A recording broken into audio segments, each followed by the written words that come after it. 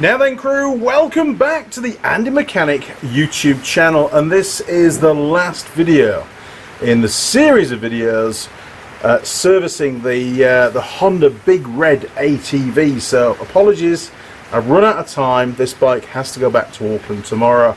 I didn't get a chance to do the rear brake. We needed two 41mm combi spanners. They're on order, they're in Auckland, they're already picked. Haven't been to Auckland, didn't get them in time, so it's not going to happen, sorry. But in this video we fitted a new battery to the bike because the old battery was completely flat and wouldn't take a charge. Now I need also to check the charging system on the bike thoroughly.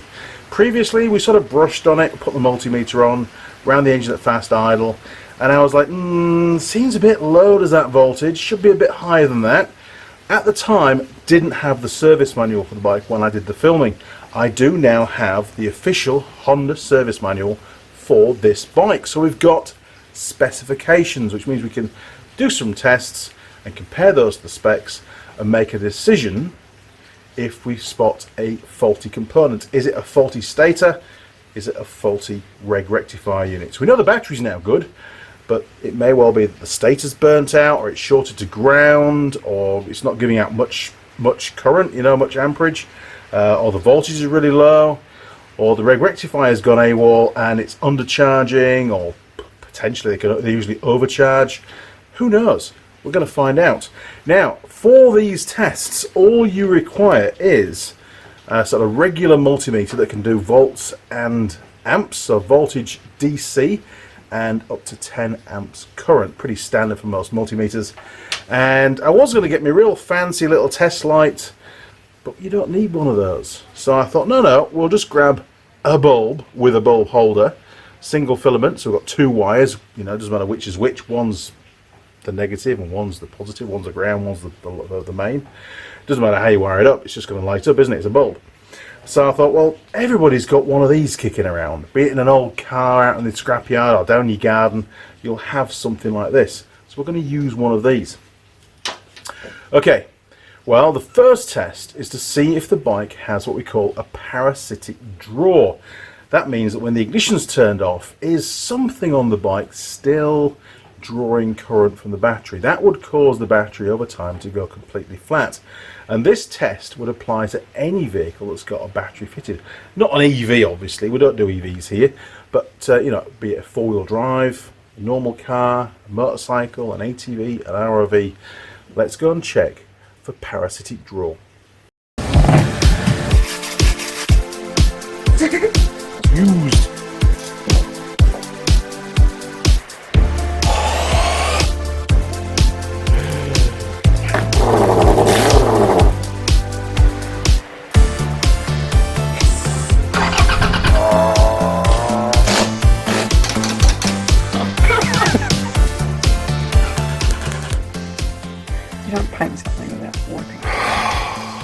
Honestly. First job, locate where the battery is on your vehicle. And on this little quad bike, it's under this panel. I know that because I fitted it a while ago. There we go, don't lose the washers. Just stick him down there. So we have a brand new battery fitted.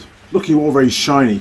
But is there a draw, current being drawn from that battery into the loom when the ignition's turned off? That's called a parasitic draw, and very simple test. You just remove the earth cable off the battery, so in this case 10mm, same size, there we go, and we're going to connect an ammeter between that and the battery. Now you could do the same thing on the positive side of the circuit, but it's safer to do it on the ground side of the circuit because we've got metal things around it. If this touches there, it doesn't matter. If anything touches the frame, it doesn't matter. On the positive side, you'll get a spark. We don't want that.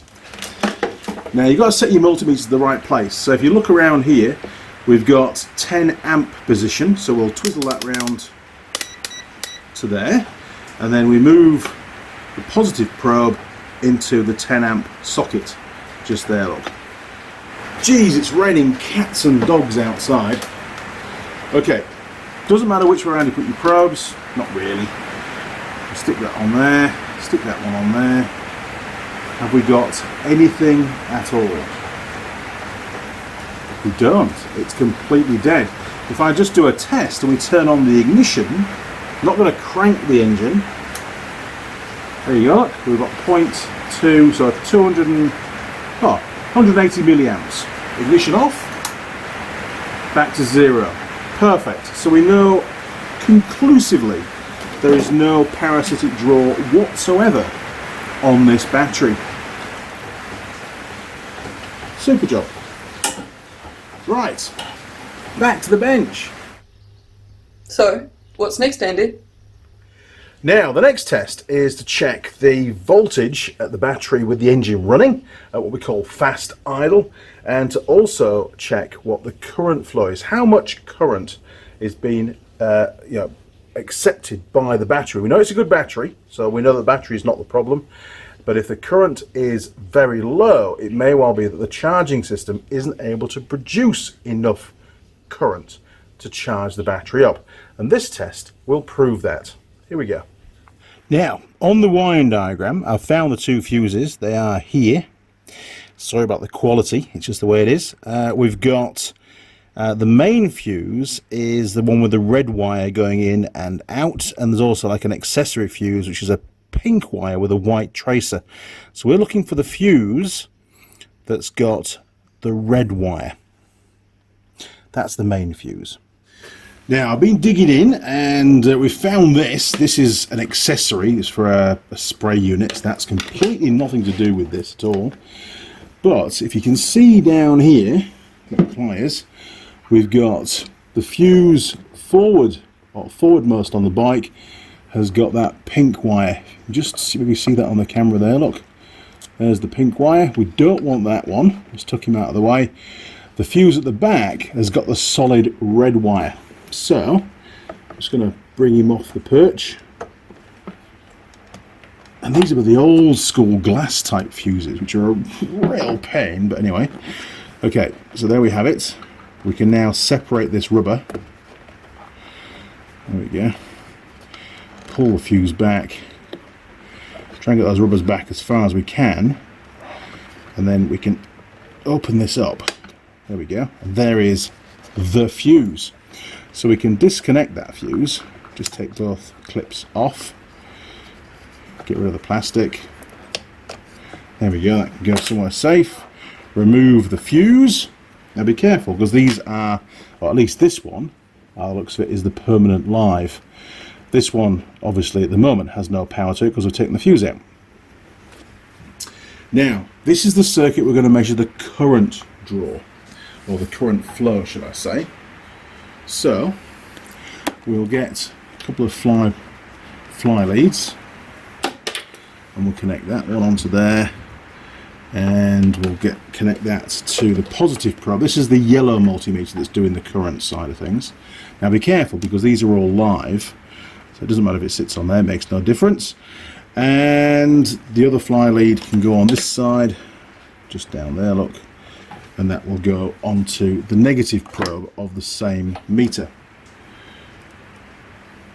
There we go, look. We'll stick him over there. Luckily, there's lots of plastic on these Hondas, so we're quite good there. That shouldn't short out anything. Okay, so that should now measure current flow. And now we need another meter to measure the battery voltage, very simply. So if I just get my other meter set up.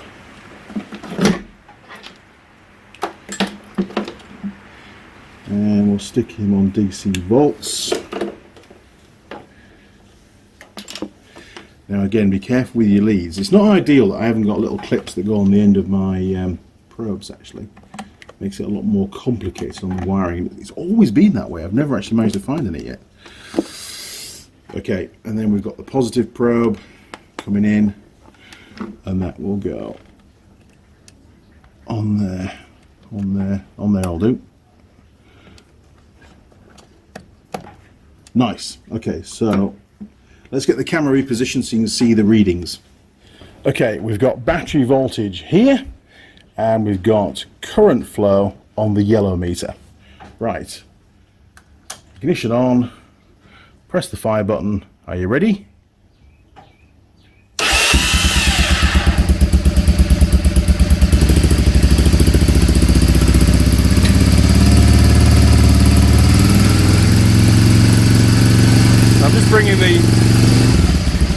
to move the camera. That's all over the place. There you go. You're hanging off the ceiling now. Right, so bring the revs up.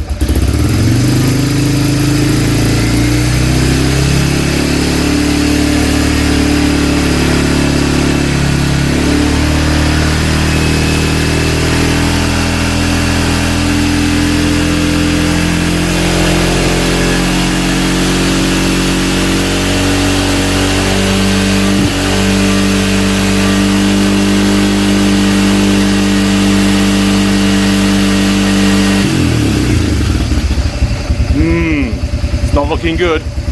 Now the specification for amperage flow is 0 to 5 amps. We were getting just under 1 amp. So according to the manual, that's a pass.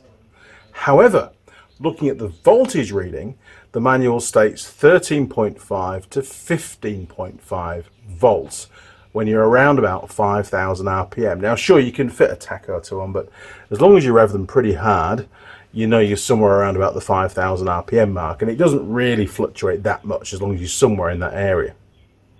And the voltage was less than 13 volts, about 12.9.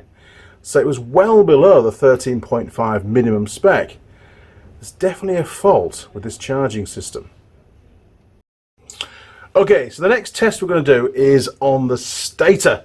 There are 3 windings in the stator, so we're looking for 3 yellow wires, all usually on the same plug, and they then feed into the reg rectifier unit. So if you look on the left hand side of the engine, you'll see the wires coming out of that cover. Trace them back until you find that plug. Sometimes the wires are yellow, sometimes the wires are white, depends on the brand. On this bike they should be yellow from memory, so let's go and take a look, see if we can find them. Now the stator itself lives inside this casting, and the flywheel's in there, and it's the fixed magnets on the flywheel that induce the current into the windings.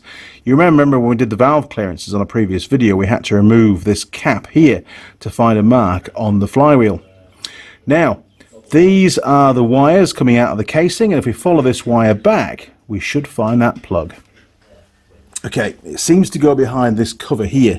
Now this is part of the rear plastic, so we've got to be quite careful, but there is a grommet on the side of the tank, so we can pull it back a little bit. And hey presto, there is the prize. So let me get that unplugged. We want the stator side of the plug, which is this side here, and then we'll go do some tests. Not the easiest plug to get to, but it should come undone quite easily. Got a little tab. I'll be very careful with these plastics not to bend too hard. There's a little tab on the side of the plug there, so you'll pull that back and at the same time pull this plug upwards and not chip the paint on the fuel tank, Andy. That will be bad. We're nearly out. These are actually noticeably quite small wires. There we go. Phew. Okay. So we're going to look first of all at the condition of the connectors, and I'll give you a bit of a close-up. Actually, let's go freehand. Here we go. Right, we'll turn on Mr. Torchy, and what you're looking for down there is burnt contacts. That's one of the problems that we come across on charging systems, because there's quite a bit of current flowing through those, but they look to be in really good nick. What are these like on this side? Yes, they're in pretty good nick.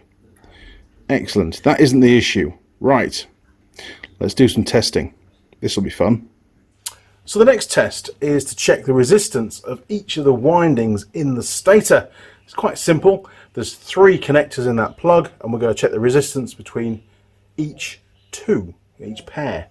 And it should be between 0.09 to 0.11 of an ohm.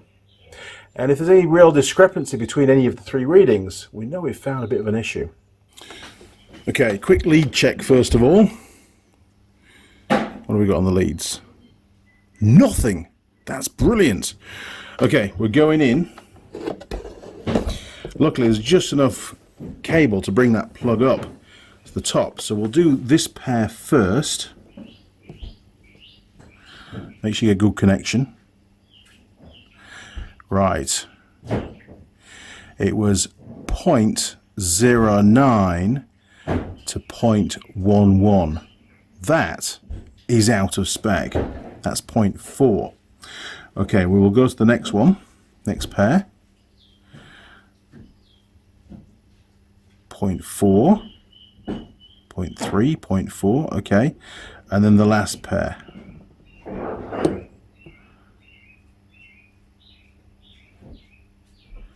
0.4.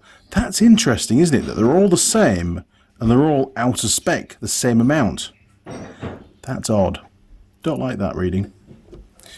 I'll get my other meter, see what that one says. It's always good to have a couple of meters. Right, resistance down to 200 ohms. Can you see? Maybe you can see. You can see. Excellent. We'll do the same test again and see if we get the same result. So first of all, a lead test.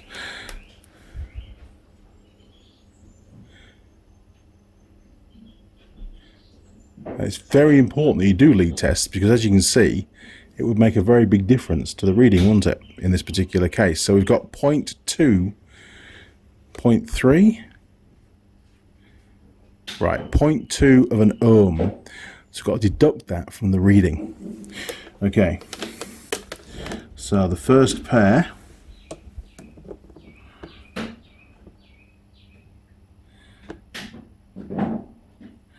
well, 0.6 minus 0.2 is 0.4. That's what we got on the last meter. And again, the next pair, 0.6 minus 0.2 is 0.4. It concurs. Right, the last pair, and it's really important you get good connections. Okay, 0.6, again, minus 0.2 is 0.4. So both meters are giving us the same result. That stator appears to be out of specification on all three windings. Bugger. So it's not looking good for this charging system.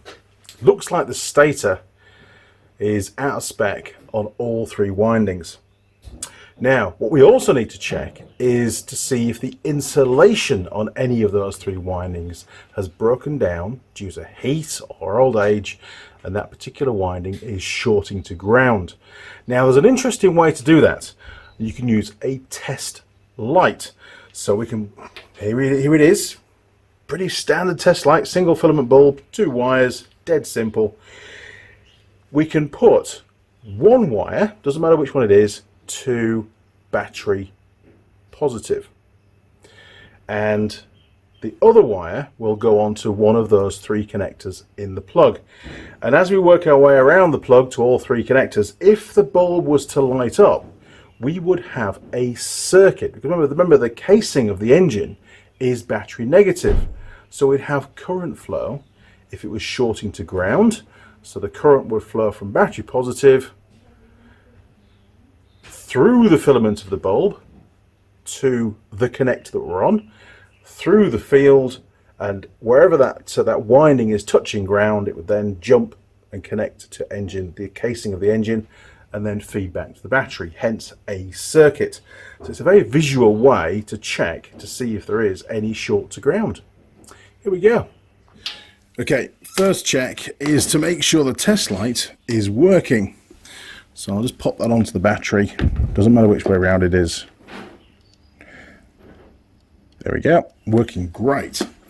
Okay, now this test light's got an eyelet at one end, so I'm just going to put one of my very dubious little fly leads on there. Make sure it doesn't short to ground anywhere. And stick it on battery positive. Okay, that's on. So now if I connect that to battery negative, the bulb will light. That will just double check. That will double check our wiring. Okay, here we go. Yes, excellent. Okay, so we'll sit that bulb on there, and we're going to go into one of these windings. Are you ready? If the bulb lights, we've got a problem. Not on that one. Not on that one. And not on that one. That's cool. Okay, well, that's a pass. The insulation seems to be okay. Right, that test is finished.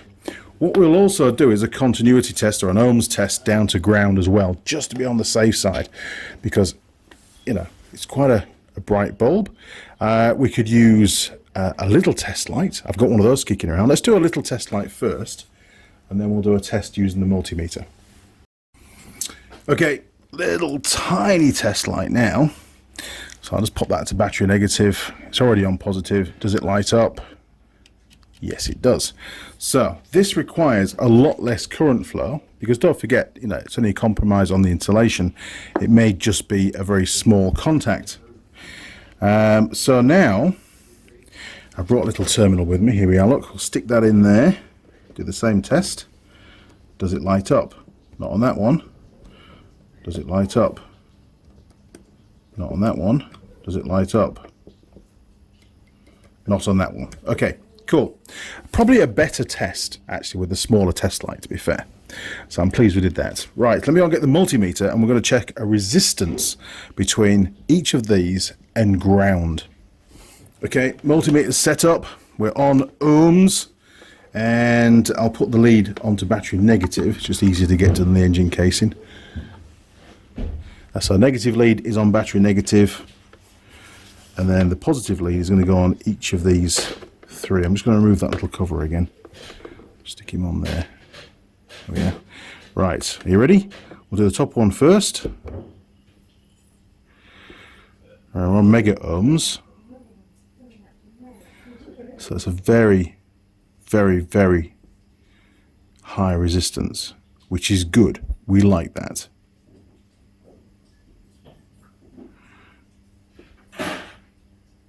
Okay, on to the next one.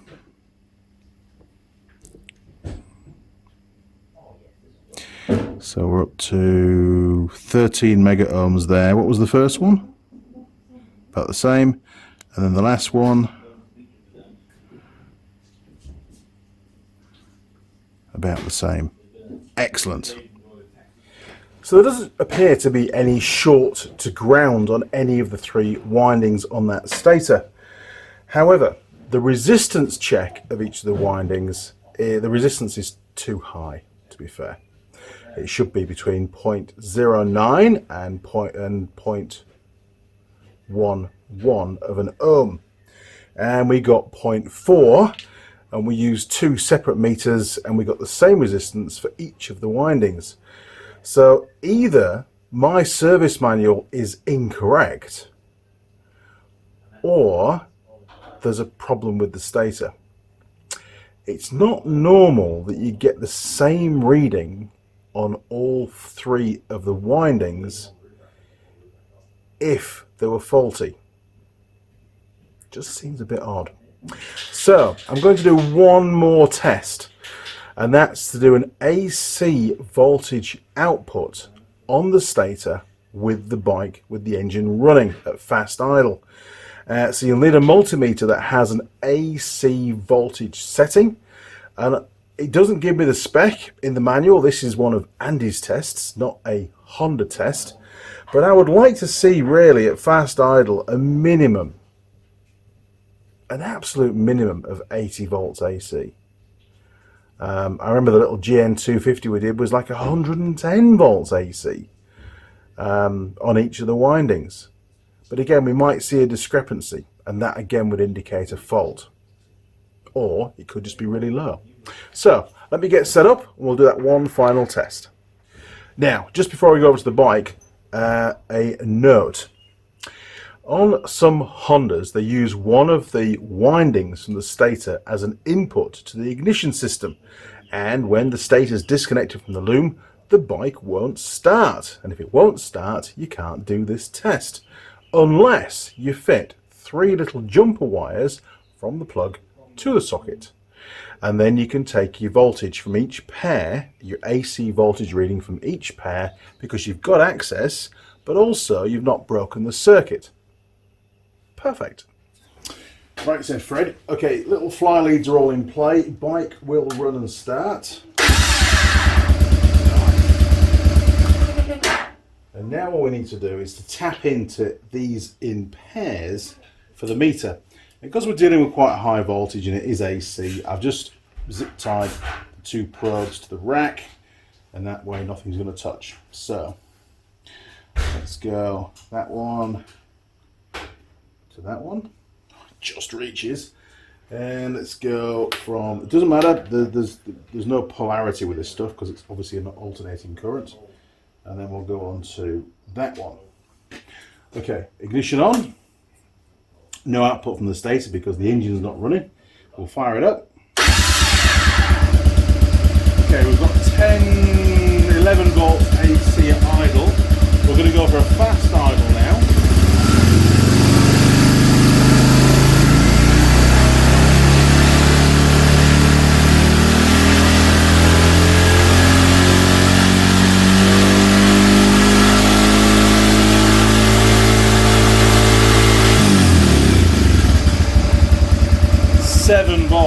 That's terrible.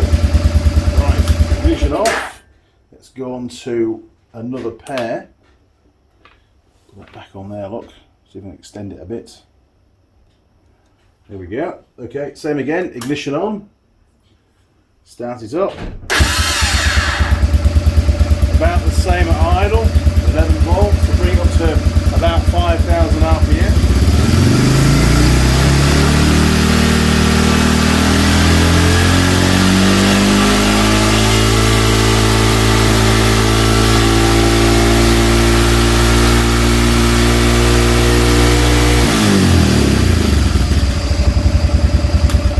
Six and a half volts on that one.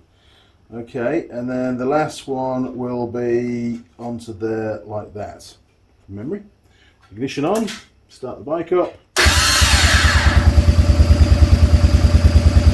11 and a half, fast idle.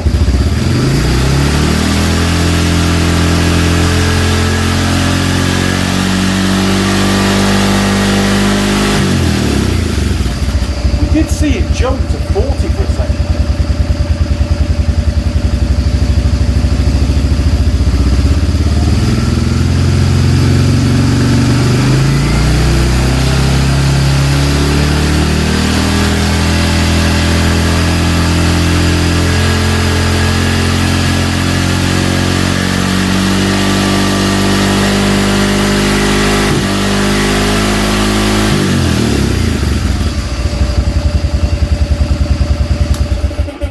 Oh dear.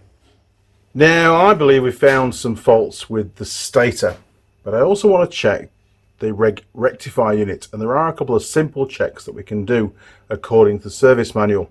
We've got to find the red and the green wires that go into the rectifier unit, and the first test is to see if we have battery voltage on those wires.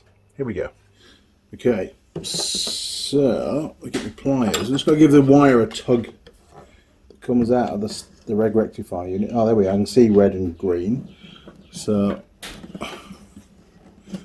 that's that wire there, look. There we go. Okay, so we can unplug these. We've got to check condition of the connectors.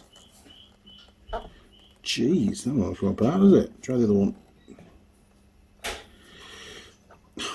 Oh God, what's going on here? That's one. Oh, man. Two. Wow, that took some doing. Okay, so we've got to check for battery voltage. I take it red's going to be positive, green will be ground. Yes, green is ground on Hondas, isn't it? I remember from the CB750K2 videos. Right, so DC volts. Set that up so you can see it. Can you see it? Double check. Kind of bring it down here, still. There we go. Right, we're on millivolts. It will auto range, don't worry. Okay. So we've got red goes in there, black goes in there. What have we got? 12.84 volts. We have battery voltage, and the connectors look to be in very good condition, so I'm not concerned about that at all. Okay, let's pop those back together, move them out of the way. So red to red. There we go, that was a good positive click. and green to green. Nice. So they're all properly sealed up. Lovely jubbly. Now there's one more test that we can do on the reg rectifier unit, and there's a little table in the service manual that gives us some resistance values between different coloured wires that go into the reg rectifier unit. So let's head over to the manual now. You'll get a visual of what's required, and then we'll go and do those tests. Here we go. Okay, so these are all values in kilo ohms. Very important to take note of that. Now we don't have a black wire. Very strange, I know, but we haven't got one. We've got red, green and yellow wires. We've got 3 yellow wires, 1 red and 1 green going into our reg rectifier. That's it, no black wire. Black, incidentally, is an ignition on 12 volt positive. Ignition live, we'd call that. So switch lights, when the ignition gets turned off, that would then be 0 volts. But I'll remove the, well, in fact we can test it in situ actually. The first test we will do is the red wire to the green wire on the reg rectifier side, and that should be between 1 and 20 kilo ohms. Let's go and do that one. Right, said Fred, first test, positive probe on the red wire, and, oh, hang on, this one.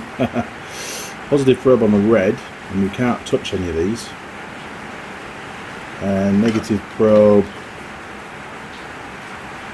yep, not touching on the green, and we've got, that should be 1 to 20 kilo ohms, and that's open circuit. That's a fail. Okay, other way around, red probe on the green, black probe on the red,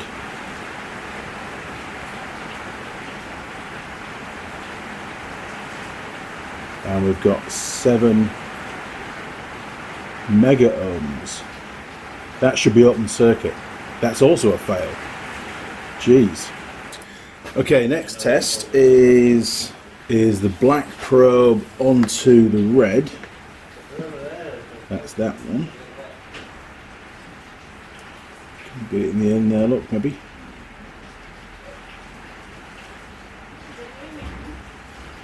Nope. Okay, we'll just trap it down. Yeah, I can just do that. So black probe on the red, and red onto one of the yellow windings. That should be open circuit.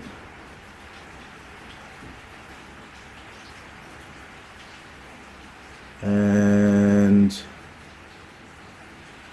that's almost 0.7 mega ohms, and it should be open circuit.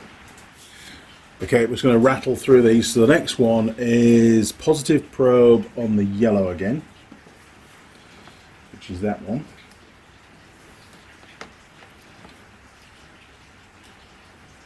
There we go, that works. And negative probe onto the green, which is that one there. And that should be between 0.5 and 10 kilo ohms, and that's open circuit. That's also a fail. Jeez. Okay, the next one is the negative probe on the yellow. Here we go. And the positive probe onto red. There's red. And that should be between 0.5 and 10 kilo ohms, and that's also open circuit. Just to double check our probes. Yep. Okay. So onto red, open circuit. That's also a fail. Positive probe onto green. Negative probe on yellow. This should be open circuit. They're all the one way around, aren't they? 19.26 kilo ohms, and that should be open circuit. What the hell? Okay, quick comparison to our readings then. So We've got, along the red line, we should have open circuit when it's positive probe to green, negative probe to red. We should have open circuit. And we've got 7 mega ohms. That's a fail. Black, we don't have a black wire. And then negative probe on red, positive probe on yellow.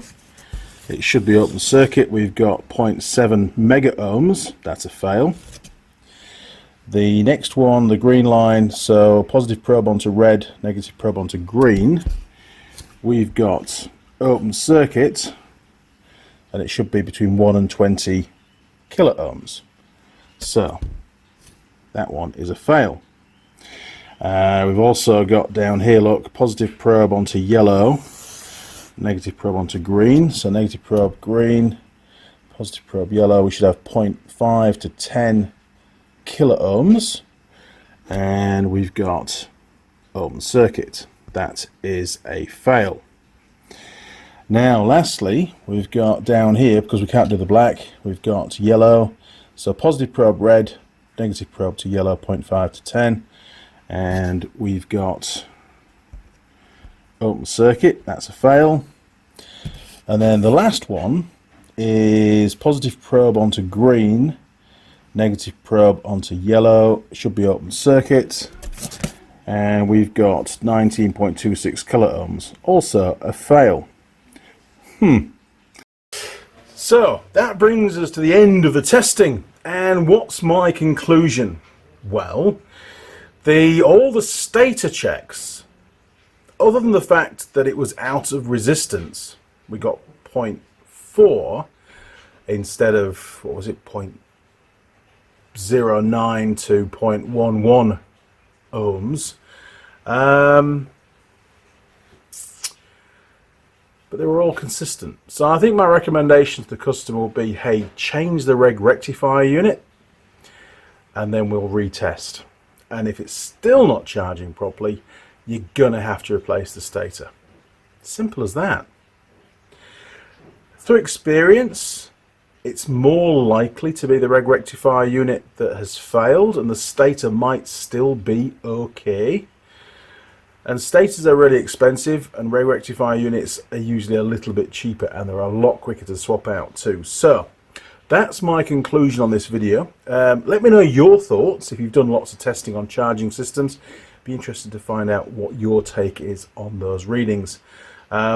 Clearly the reg rectifier unit is absolutely screwed. None of the tests were a pass. Every single reading we took was wrong. We don't have the black wire available. It's not on that reg rectifier unit, so it doesn't really matter, does it? Because all the rest of them are wrong anyway. Anyway, this video has become long enough, and I've still got a lot more jobs to do today, so I'm going to sign off. If you found this video, the last one currently on the BIGRED servicing and checks and all the other stuff that we've done, if you found this one helpful and you haven't yet subscribed to the channel, why not click on subscribe, ring the bell to turn on notifications, and that way YouTube will send you a notification as and when I upload any new videos, and then you won't miss out. You'll also find me on Facebook, Andy Mechanic, and you can send me an email if you like, andymechanic@live.co.uk. Now, if you'd like to support the channel, oh, there you go, another email just come in.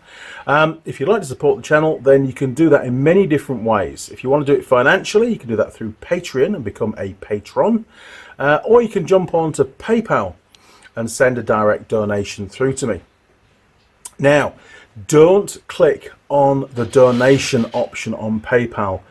For me to receive an official donation, I have to, according to PayPal now, be a bona fide registered charity.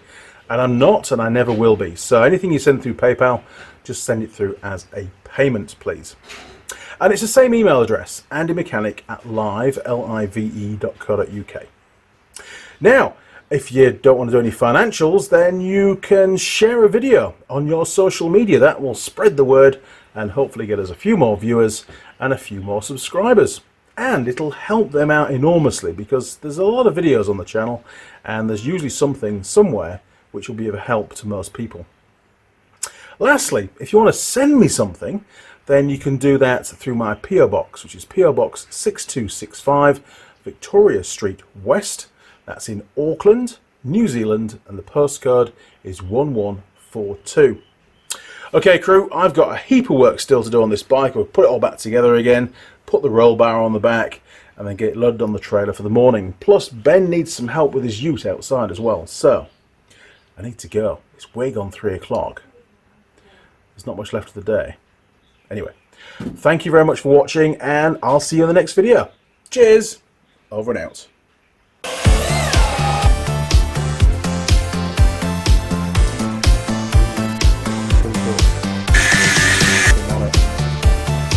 And we get the flip up again. Oh!